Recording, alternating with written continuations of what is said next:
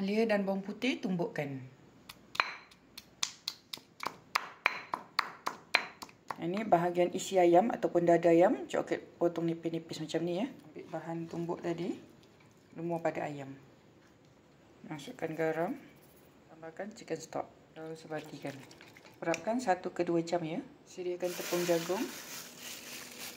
Kemudian lumurkan pada ayam.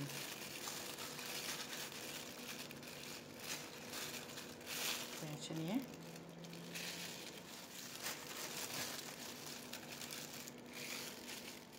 Gorengkan ya. Gorengkan dalam minyak panas ya.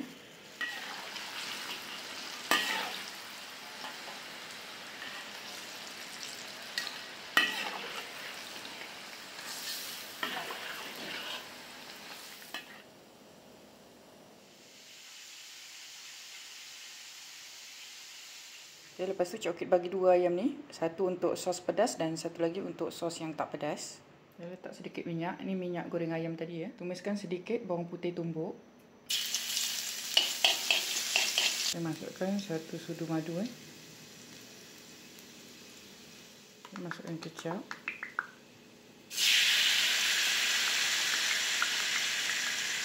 Saya masak sos ni sampai dia berbuih-buih dan pekat ya. Sampai buih-buih macam ni. Okay, saya masukkan ayam. Boleh seperti itu. Boleh taburkan bijan yang disangai.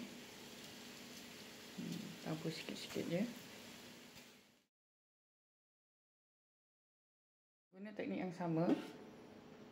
Panaskan sedikit minyak. Tumiskan sedikit bawang putih tumbuk. Masukkan madu 1 sudu. Masukkan sos Korea. Pakai yang dalam botol boleh, dalam plastik macam ni pun boleh. Coklat tuangkan semua.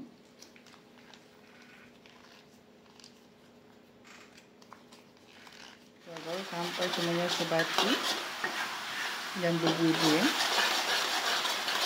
Jadi dah berbuih pekat macam ni, boleh masukkan ayam. Saya gaul pelan-pelan supaya isi ayam ni tak hancur ya. Okay, api kena buka supaya gula ni dia tak memekat. Supaya dia masih cair untuk kita salutkan dengan isi ayam ni. Okay, boleh taburkan bijan yang disangai.